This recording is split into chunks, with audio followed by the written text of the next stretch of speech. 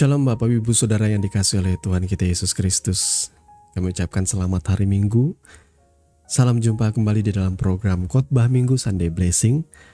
Bersama saya Billy Elia yang akan menyampaikan khotbah kebenaran firman Tuhan. Dengan harapan kita sekalian boleh bersama-sama bertumbuh di dalam iman, di dalam pengharapan, dan di dalam kasih kita yang sejati oleh Yesus Kristus yang sudah menebus dan menyelamatkan kita. Di hari Minggu yang penuh dengan sukacita ini di tanggal 16 Maret tahun 2025 ya. Saya mau mengajak kita bersama-sama untuk merenungkan kebenaran firman Tuhan yang kali ini akan mengangkat judul Ajarilah kami bahasa kasih-Mu. Nas firman Tuhan terambil dari 1 Korintus 13 ayat 4 sampai dengan ayat yang ke-7. Demikian firman Tuhan. Kasih itu sabar, kasih itu murah hati. Ia tidak cemburu, ia tidak memegahkan diri dan tidak sombong. Ia tidak melakukan yang tidak sopan dan tidak mencari keuntungan diri sendiri. Ia tidak pemarah dan tidak menyimpan kesalahan orang lain. Ia tidak bersukacita karena ketidakadilan, tetapi karena kebenaran. Ia menutupi segala sesuatu, percaya segala sesuatu, mengharapkan segala sesuatu, sabar menanggung segala sesuatu. Amin. Mari kita berdoa. Bapa, di dalam nama Tuhan Yesus, saat ini kami mau bersama-sama belajar dan merenungkan firman-Mu yang akan berbicara mengenai bahasa kasih Tuhan dalam hidup kami. Tuhan, tolong tuntun setiap kami, urapi hati dan pikiran kami Tuhan, supaya kami mengerti apa yang menjadi maksud dan kehendak-Mu melalui kebenaran firman-Mu. Di dalam nama Tuhan Yesus kami berdoa. Amin. Bapak Ibu Saudara yang dikasihi oleh Tuhan kita Yesus Kristus ya. Kasih itu seringkali diidentikan dengan Tuhan. Karena Tuhan di dalam kekristenan itu dikatakan Allah itu kasih. Jadi kasih Tuhan sering digambarkan melampaui segala akal. Lebih tinggi dari langit, lebih dalam daripada lautan, lebih luas dari samudra. Kasih Tuhan itu begitu luar biasa. Sebagai anak-anaknya, kita tentu memiliki keserupaan dengan Bapa kita, Sang Kasih ini. Karena percaya atau tidak, kalau kita dikatakan menjadi anak-anak Tuhan, maka kita akan mewarisi genetik ilahi itu. Kalau kita menyebut diri kita adalah orang-orang percaya, anak Tuhan, berarti kita membawa sifat-sifat ilahi dalam hidup kita. Salah satunya ialah kasih. Di dalam 1 Korintus 13, Rasul Paulus mengambarkan kasih itu dengan indah. Saya pikir kasih ini sesuatu yang ilahi ya. Selama saudara masih manusia duniawi, saudara akan berkata, apa itu kasih? Yang ada dalam hidupku bukan lagi kasih. Kebanyakan manusia duniawi ini tidak memiliki kasih, tidak berbelas kasihan, bengis, jahat, kejam, penuh hawa nafsu. Kasihnya tuh sudah rusak dari cinta menjadi hawa nafsu. Love menjadi loose. Seperti itu. Kemudian di dalam Alkitab, kita mendapatkan gambaran kasih itu sendiri yang dipaparkan oleh Rasul Paulus. Bahwa kasih itu sabar. Ya, saya tidak akan berusaha menafsirkan atau mengajak saudara untuk memahami firman ini terlalu berlebih-lebihan. Jadi kita akan membaca jujur apa adanya. Kasih itu sabar. Jadi pertanyaannya, sudahkah Bapak Ibu sabar? Ya. Kalau saudara menjadi orang yang tidak sabaran, ya, dalam konteks yang negatif ya, ada orang yang kalau nggak sabar, dia akan berubah menjadi bengis. Ya, jadi makna kesabaran di sini ialah berbicara sesuatu yang membahas mengenai pengendalian dirinya terhadap yang namanya amarah atau kebencian. Ya. Makanya ketika ada orang marah biasanya ada orang yang menyabarkan, bukan sabar Pak, sabar Bu. Tahan dulu emosinya, sabar. Nah, kasih itu sabar. Dalam hidup ini kita dituntut sabar dalam hal apa? Ada orang yang jahat sama kita. Kita harus diajar untuk sabar. Bahkan Tuhan Yesus mengajarkan jangan membalas kejahatan dengan kejahatan. Kalau ada yang memukul pipi kirimu, berikan pula lah pipi kananmu. Seperti itu, ya. Jangan telan mentah-mentah ayat ini ya. Saudara tentu tahu kalau ada orang sekonyong-konyong datang pengen memukul saudara, saudara berhak untuk melindungi diri.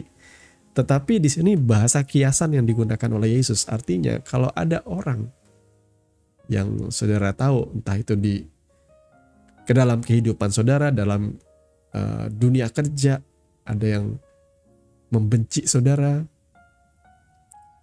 ada orang yang merencanakan yang jahat terhadap saudara, saudara tidak usah membalas itu dengan kejahatan dan merencanakan yang jahat terhadap dia. Enggak.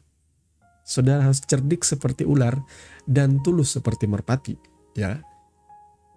Namun sekali lagi jangan telan-telan ayat ini mentah-mentah sehingga saudara akhirnya cerdik seperti ular dan tulus seperti kampret, kata orang. Saudara merencanakan yang jahat-jahat terhadap orang lain. Sabar itu banyak, saudara tentu tahu. Saudara bisa merasakannya lah dalam hati saudara. Ketika saudara memiliki kasih, saudara akan memiliki kesabaran. Ya, ujian saya pribadi ya. Ketika berkendara itu adalah soal kesabaran di dalam perjalanan. Ada kadangkala saya tidak munafik. Saya bisa memaki, saya bisa marah kalau orang berkendara dengan ugal-ugalan. Dan sebenarnya ya saya marah itu wajar.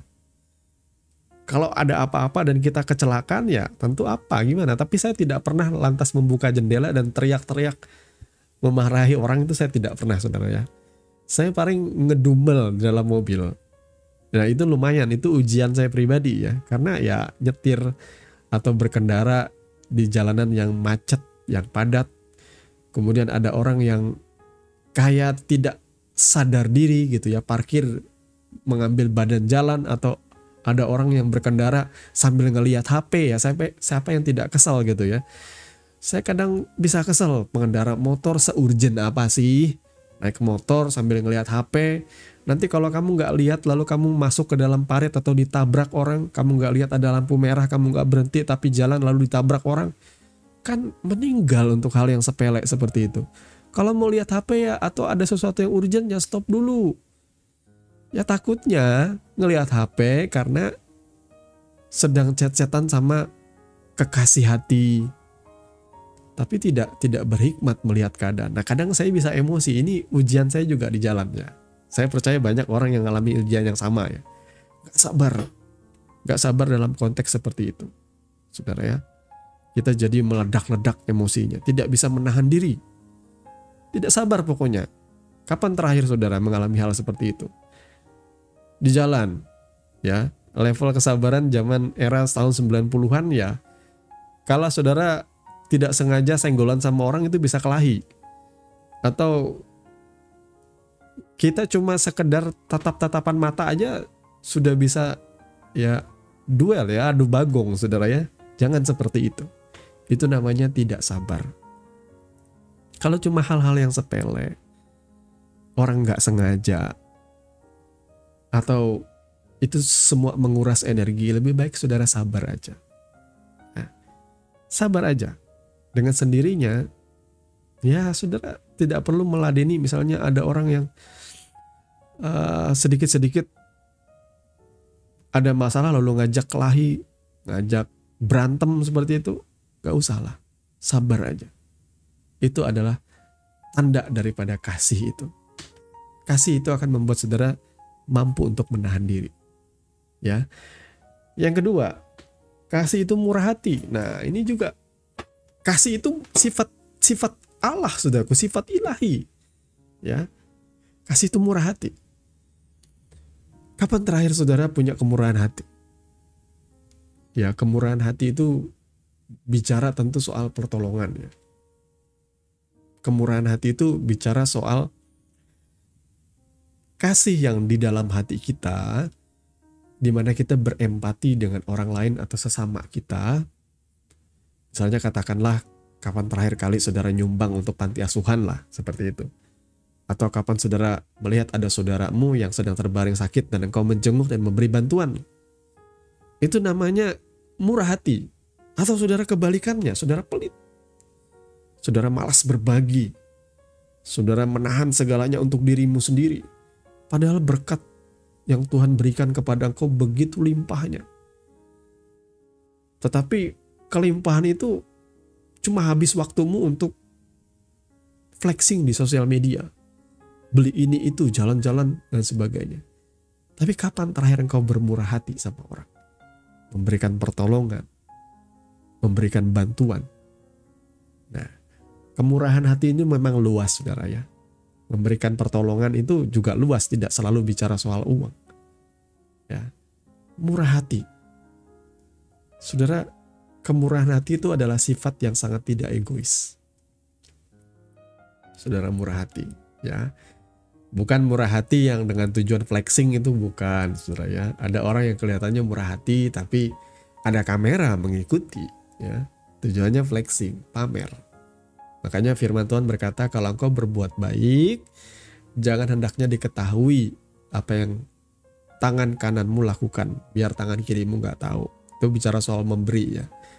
Saya percaya seperti itu juga dalam memberikan pertolongan dan lain sebagainya, biar diam-diam aja, rahasia-rahasia aja, gak usah terlalu dicanangkan atau dipamer-pamerin. Nanti saudara akan jadi sombong, saudara akan mencium aroma wangi pujian orang itu. Hati-hati, pujian itu hanya untuk Tuhan.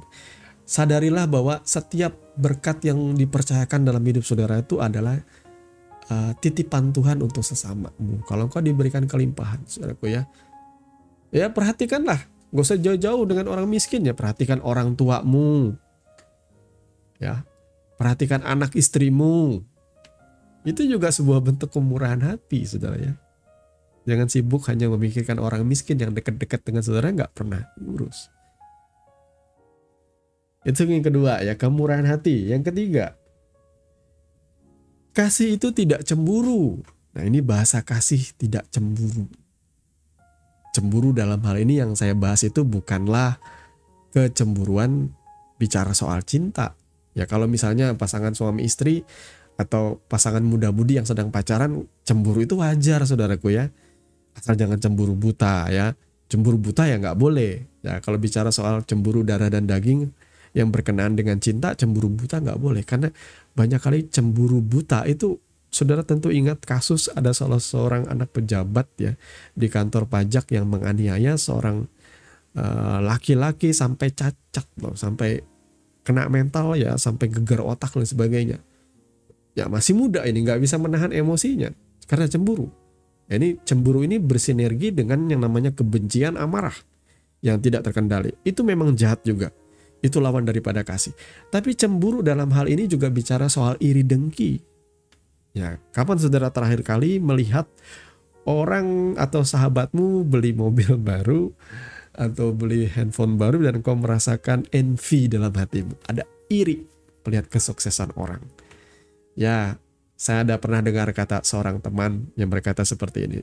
Sifat manusiawi kita itu, kalau lihat orang, teman yang sukses, kita akan jadi envy, kita akan jadi iri, dengki, cemburu dengan dia. Tapi kalau kita mendengar teman atau sahabat kita, atau mungkin keluarga kita mengalami satu tragedi, musibah, masalah, atau kebangkrutan, jujur aja kita berasa dalam hati kita senang. Entah kenapa sifat manusia seperti itu, ya. Kita tuh kayak gak suka kalau ada orang yang lebih sukses daripada kita. Kita tuh kadang gak suka dengan orang yang lebih berhasil daripada kita. Kalau saudara masih punya sifat ini, berarti saudara belum murni di dalam kasih. Karena kau masih ada cemburunya. Masih ada iri hati, dengkinya. Ya, saudara ya. Sifat yang sejati itu sama seperti seorang anak. Seorang ibu atau seorang ayah yang pure mengasihi anaknya. Bekerja habis-habisan buat anaknya, buat berhasil lebih daripada dia. Nah, ini baru kasih namanya.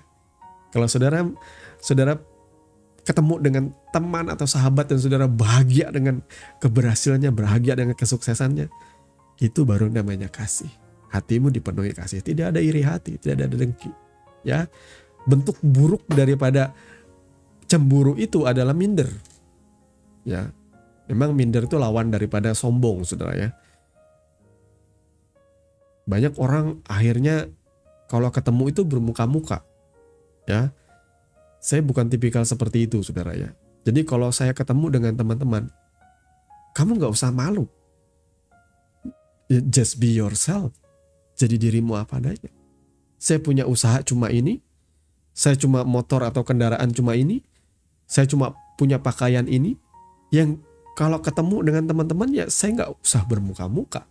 Saya gak usah memaksakan bahwa saya punya tongkrongan ini. Kita adu-aduan yuk dalam hati saya. Aku wajib punya HP dengan mata 3 boba itu. Biar aku menunjukkan standar atau status sosialku di depan mereka. Gak usah. Saya punya teman loh seperti itu. Dulu nih ya. Dia sampai rela pinjem baju sana sini. Pinjam uang sana sini. Karena dia punya tongkrongan sosialita. Pengen diakui. Akhirnya seperti itu. Tidak jujur dengan dirinya padanya. Lebih bahagia saudara jujur. Ngapain? Kalau saudara datang reunian ya, kalau saudara punyanya kendaraan roda 2 ya datang dengan roda 2, ngapain? Saudara harus malu. Kalau saudara HP saudara masih Android yang lama ya nggak apa-apa. Ngapain saudara minder? Kalau saudara masih belum murni seperti itu ya berarti engkau masih belum murni di dalam kasih. Kalau masih ada minderan seperti itu, saudara ya. Ngapain? Saudara dikasih tanpa syarat, ngapain minder? Minder itu kalau saudara punya utang sama temanmu dan engkau belum bayar itu ya wajar engkau minder. Tapi kalau boleh jangan berutang sampai gak bayar, saudara ya. Jangan sampai ada orang yang menjadi raja dalam hidupmu dan engkau minder ketemu dia karena melihat kekayaannya dan sebagainya, gak usah. Ya, saudara dikasih itu saudara anak raja juga kok. Kemudian yang berikut, kasih itu tidak memegahkan diri dan tidak sombong. Nah ini dia tadi. Ini nasihat bagi saudara yang memulai kehidupanmu dari nol. Engkau begitu murni mengikuti Tuhan, engkau berdoa sungguh-sungguh dalam penyertaan Tuhan. Tuhan kemudian menjadikan engkau berhasil dan beruntung. Tuhan menjadikan engkau sukses, jangan sombong. Ya saudaraku ya, jangan menaruh keyakinanmu kepada hal-hal yang tidak pasti seperti kekayaan. Banyak orang, teman-teman saya yang cerita dulu. Mereka cerita kesuksesannya dulu. Cerita tentang punya pekerjaan yang nilainya miliaran, tapi itu dulu, saudara ya. Dan sekarang akhirnya apa? Ya jadi orang biasa-biasa aja. Tapi kisahnya masih menceritakan atau masih memegahkan hal-hal yang dulu. Sombong ini orang, saudara ya. Kalau saya sih apa adanya aja. Saya cerita kalau saya gagal dulu ya saya akan cerita. Saya dulu gagal loh. Jadi saya sekarang ya ini apa adanya. Gak usah bermuka-muka. Saya gak usah membuat pagar ya atau omongan yang terlalu tinggi yang membuat orang kagum dengan saya. Gak usah. Saya cukup jujur apa adanya. Ya dengan teman-teman saya yang saya kenal dia dari SMP. Saya berteman sampai SMA. Sampai akhirnya kuliah walaupun terpisah kita tetap temenan sampai sekarang. Dan saya harus akui ya, circle pertemanan semakin tua itu semakin sedikit, saudaraku. Dan di sini saya tidak berusaha di dalam tongkrongan itu memegahkan diri, tidak usah. Ya, tidak usah saudara menonjolkan atau menyombongkan diri yang akhirnya saudara menjadi arogan. Kesombongan itu biasanya akan terpancar dari kearoganan sikap kita. Ya. Di beberapa akun seperti katakanlah di Instagram itu namanya akun lambe turah, sebenarnya seringkali menyebarkan gosip, tapi gosip ini fakta ya tentang banyak orang-orang kaya yang melakukan hal-hal yang ya aneh ya di jalanan. Orang kaya emosi dia langsung ngeluarin beceng atau pistol gitu ya. Ada orang-orang kaya yang kemudian karena punya jabatan meludah-ludah sembarangan sama orang miskin. Ada orang kaya yang seenak-enaknya menjelek-jelekan orang miskin di video-videonya biar viral seperti itu. Nah, kesombongan-kesombongan seperti ini itu sangat bertentangan ya, kontradiktif dengan yang namanya kasih. Saudara, ingatlah bahwa semua orang itu dikasih oleh Tuhan. Dan kita itu sama di mata Tuhan. Jangan lantas kita berpikir karena kesombongan kita lantas merasa lebih daripada orang lain. Jangan. Ingat, ahli Taurat itu berdoa. Ada seorang ahli Taurat berdoa. Dia memegahkan pelayanannya. Tetapi Tuhan tidak berkenan dengan doa seperti itu. Tuhan malah berkenan dengan doa seorang pemungut cukai yang berdosa dan mengakui dosanya. Jadi saudaraku, Bapak Ibu, saudara yang dikasihi, jangan terlalu merasa karena engkau pejabat, karena engkau adalah orang-orang penting di negara ini, atau engkau pengusaha kaya. Ketika engkau masuk dalam gereja, ingatlah, kita sama di hadapan Tuhan. Jangan merendahkan saudaramu. Jangan merasa dirimu lebih daripada yang lain. Ya, kalau engkau diberikan kelimpahan kelebihan, itu hanyalah titipan Tuhan. Tidak dibawa mati kok, saudara ya. Tuhan bisa juga menjungkir balikan kehidupanmu ketika engkau sombong. Semudah ia menjungkir balikan kehidupan Ayub. Hanya untuk menguji dan memproses kehidupan Ayub. Maka jangan sombong, saudaraku. Rendahkanlah dirimu di bawah tangan Tuhan yang kuat. Kemudian yang berikut. Kasih itu tidak melakukan yang tidak sopan. Nah, ini benar. Ya, dalam hidup ini kesopanan itu apa sih ya? Nilai atau dalam kehidupan kita kesopanan itu apa? Kita mengenal yang namanya sopan santun. Menghormati orang tua. Ya. Menghormati orang yang lebih tua. Rude. Kasar sebenarnya kata digunakan dalam bahasa Inggrisnya ya. Jadi kita tidak boleh melakukan yang tidak sopan yang berhubungan dengan kekasaran. Ya, banyak hal ya. Tidak sopan itu banyak. Ada yang ke arah pelecehan seksual. Itu juga jelas bukan kasih itu. Saya banyak kali ya, kadang saya ini suka olahraga saudara ya. Pagi, kadang akhir pekan sore ya. Dalam seminggu itu ada 5 kali. Senin, Selasa, Rabu saya istirahat. Rabu, Kamis saya jalan sehat saudara ya. Paling tidak 1 jam lah. Kemudian Sabtu sore saya jalan sehat ya. Kadang-kadang di jalan itu ada aja bapak-bapak ya. Bapak-bapak yang bisa menggoda anak-anak SMA seperti itu. Ya. Yang arahnya tuh gak sopan. Kata-katanya tuh seperti, kalau istilah zaman sekarang tuh catcalling. Tapi itu lebih kepada flirting. Dia merayu dengan kata-kata pelecehan. Nah, seperti itu tidak sopan. Saudara tentu tahu sebenarnya batasan sopan dan tidak sopan. Kalau saudara tidak tahu, saudara belajar dari firman Tuhan apa itu kesopanan. Ya, jangan menjadi orang yang gak sopan, yang tidak tahu menempatkan diri. Saudara ya, dalam hidup ini bagi saya kesopanan itu bicara soal adab lah. Ya, adab itu saudara sadar sendiri lah. Bagi saya adab-adab dalam kehidupan keseharian itu ya jangan ngerugiin orang dong, ya. Makanya kasih di sini tidak sopan ini disambung dengan tidak mencari keuntungan diri sendiri. Salah satu contoh keuntungan diri sendiri itu apa? Selfish itu ya, selfish ya, atau egois ya. Keuntungan diri sendiri itu ya, saya sering menyampaikan dalam khotbah saya, kalau misalnya saudara hidup dalam bertetangga, saudara tuh hobi dengar musik-musik dugem seperti itu. Entah kenapa saya juga bingung ya. Nah, tapi saudara yang bisa jawab ya. Mungkin saudara besarnya dari kecil tuh mendengar musik dugem, itu anak 90, anak akhir dari milenial ya, biasanya memasuki ke Gen Z. Sebelum itu, kalau di daerah kami ya, tidak semua Gen Z seperti itu. Di daerah kami kan masih ada yang namanya budaya suka musik koplo, suka musik dugem seperti itu. Dan kalau nikahan itu selalu diadakan acara nge-DJ seperti itu, ributnya. Terus ada tetangga yang punya hobi seperti itu. Itu namanya selfish. Dia tidak sadar hidup bertetangga, tapi dia setel musik keras-keras. Padahal kalau dia pengen dengar musik keras-keras bahkan sampai berdarah telinganya, silahkan pakai headset masing-masing. Jangan bikin repot orang dong ya. Dia setel musik tidak tahu waktu. Kadang pagi, kadang siang, kadang malam, jam orang istirahat siang, jam orang istirahat malam, besok orang mau kerja, bahkan ada yang sampai tengah malam, tidak tahu diri, membuat orang-orang terganggu. Belum lagi ada orang sakit, belum lagi ada orang tua yang butuh istirahat, belum lagi ada bayi atau anak-anak kecil yang butuh tidur, besok mereka sekolah atau besok mereka beraktivitas dan sebagainya. Nah, kadang-kadang mencari keuntungan diri sendiri ini, itu salah satu contohnya. Ya, selfish atau egois. Kalau saudara bicara soal kasih, jangan egois jadi orang. Ya. Kemudian, kasih itu tidak pemarah dan tidak menyimpan kesalahan orang lain. Ini satu kesatuan. Tidak pemarah dan tidak menyimpan kesalahan orang lain.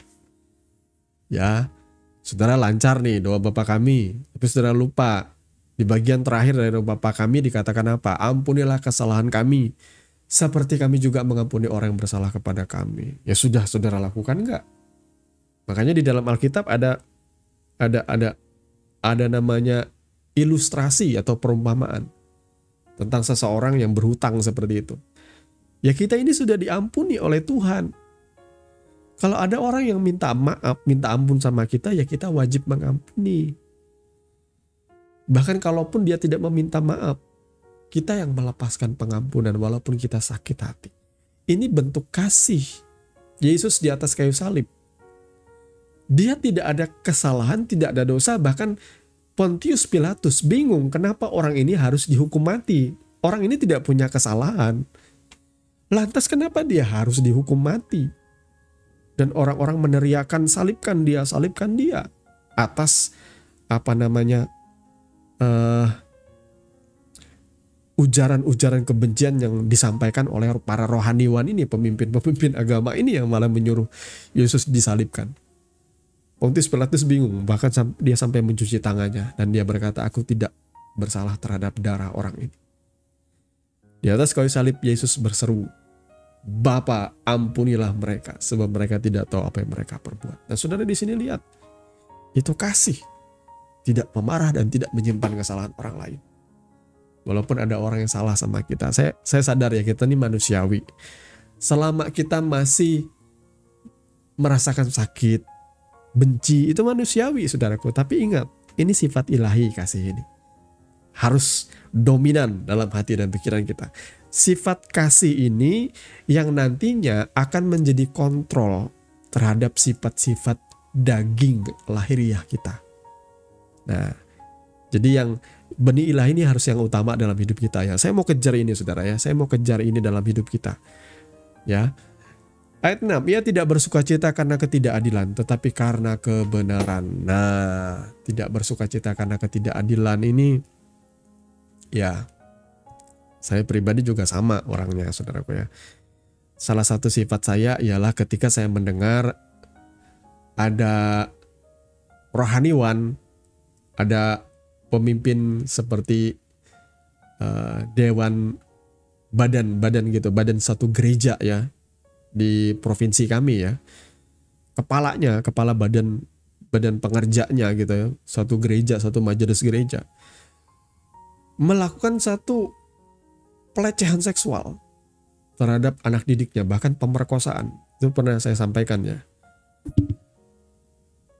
Kemudian ada jemaat-jemaat yang membela pendeta ini, bahkan jemaat-jemaat ini melakukan intimidasi terhadap korban, menyuruh korban tutup mulut, kalau tidak kalian akan mengalami satu hal yang mengerikan. Ada persekusi, ada intimidasi di sinilah intinya. Ada ancaman-ancaman. Nah, dalam hal ini saya sebagai orang yang dipenuhi dengan kasih, saya tidak bersukacita karena hal ini. Itu namanya nggak adil. Harusnya jemaat, harusnya pengerja-pengerja atau pendeta-pendeta lain itu berpihak kepada korban. Ini sudah masalah hukum. Dia sebagai seorang guru pengajar firman Tuhan, kenapa melakukan sesuatu yang fatal ini? Harusnya saudara berdiri di korban, atau saudara harus mendukung pengadilan ini bekerja dengan seadil-adilnya. Memutuskan kalau bersalah ya bersalah. Jangan ada pembelaan, dukungan terhadap pendeta ini karena dia hamba Tuhan, loh di biji matanya Tuhan. Oh, jangan mengusik hamba Tuhan. Nggak boleh menggunakan ayat seperti itu. Di hadapan hukum semua orang itu sama. Kalau dia melakukan kekerasan, bahkan melakukan pelecehan, pemerkosaan, itu sudah ranahnya hukum, saudaraku. Raja Daud aja melakukan perselingkuhan, perzinahan seperti itu, dihukum Tuhan gila-gilaan. Siapa pendeta yang berani luput dari hukum Tuhan? Makanya saudara kita harus tidak bersuka cita karena ketidakadilan. Ya, contoh dalam kehidupan ini banyak sih ketidakadilan dalam kehidupan kita ya. Tapi saya nggak sampai pengen bikin rusuh Indonesia ya, sudah cukup ya. Saya mau bilang loh, kalau boleh saya mau berseru, sudah cukup buzzer-buzzer politik, sudah cukup bikin hingar-bingar negara kita ini, bikin ribut.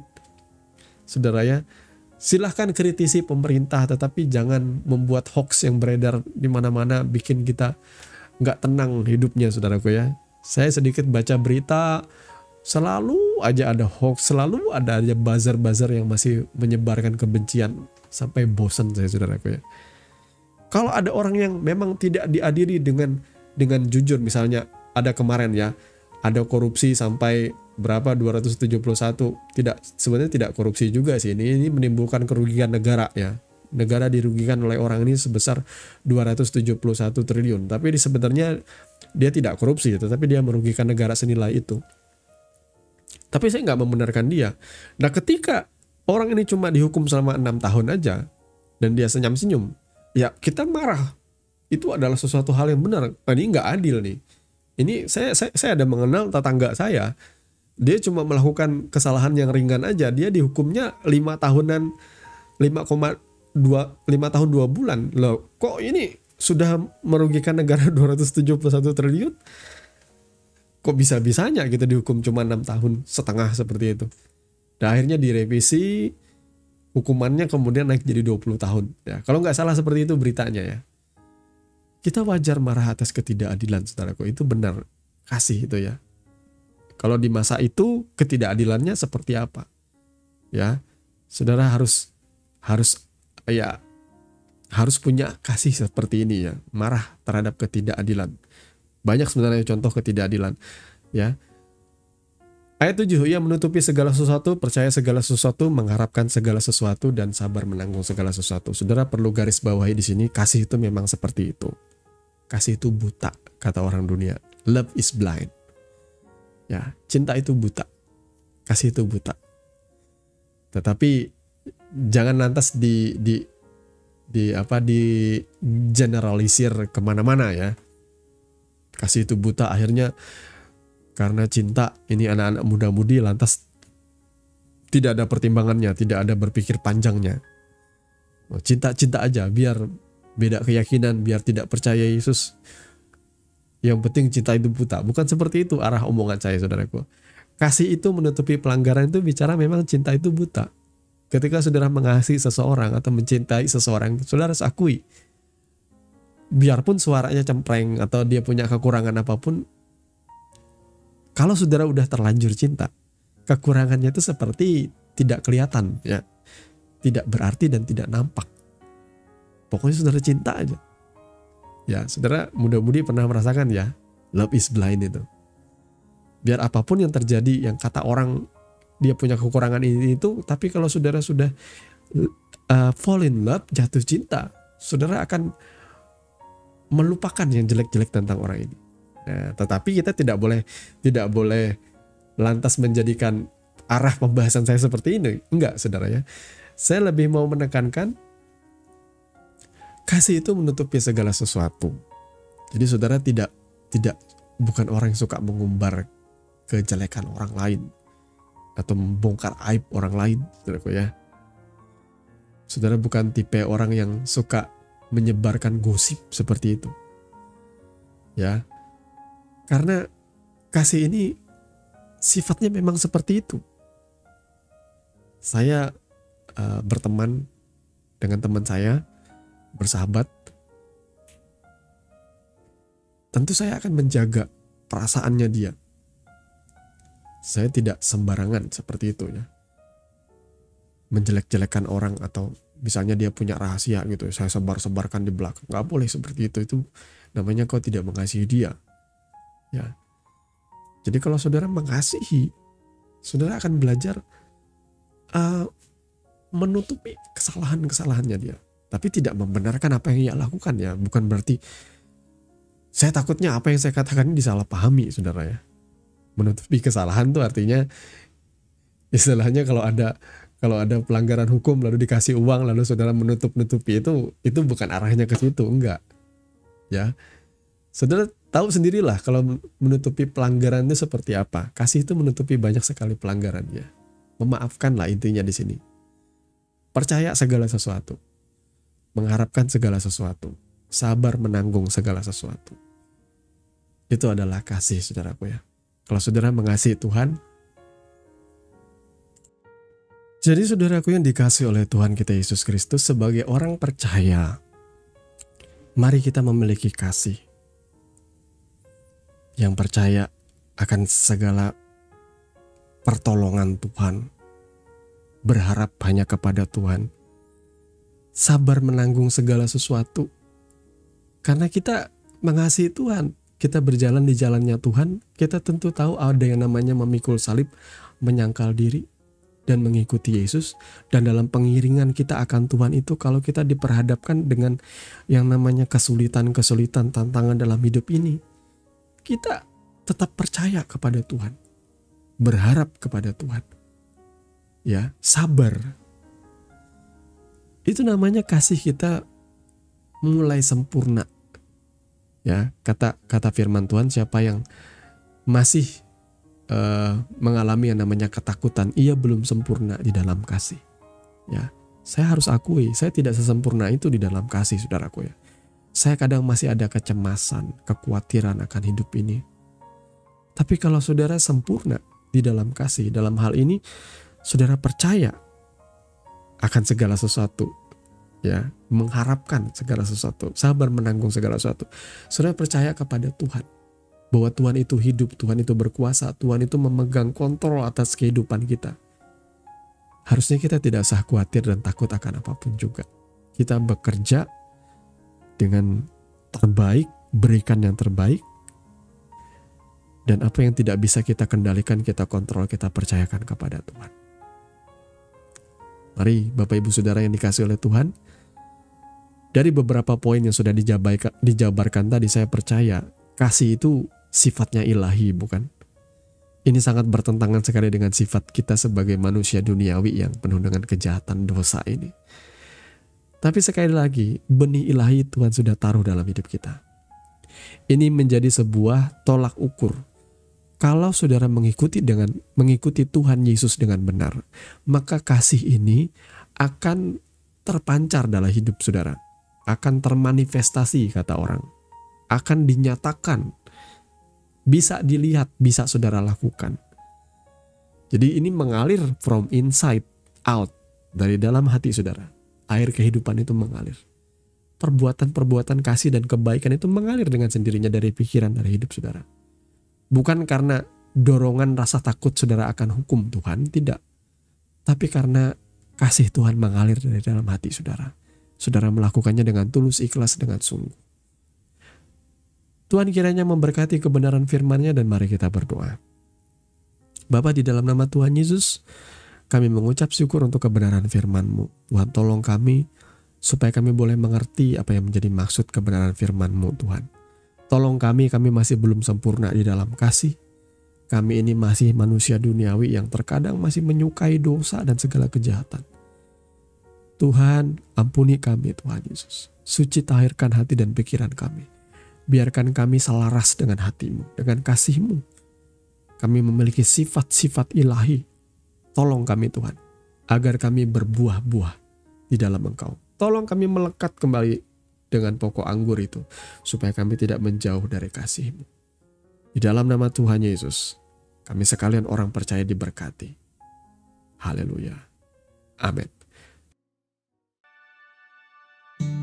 Bapak Ibu Saudara yang dikasih oleh Tuhan kita Yesus Kristus, Anda baru saja mendengarkan kebenaran firman Tuhan yang kami percaya boleh menjadi dasar dan kekuatan di dalam setiap kehidupan saudara. Sampai bertemu di dalam renungan Sunday Blessing yang berikutnya. Kasih karunia di dalam Tuhan kita Yesus Kristus menyertai saudara sekalian. Shalom.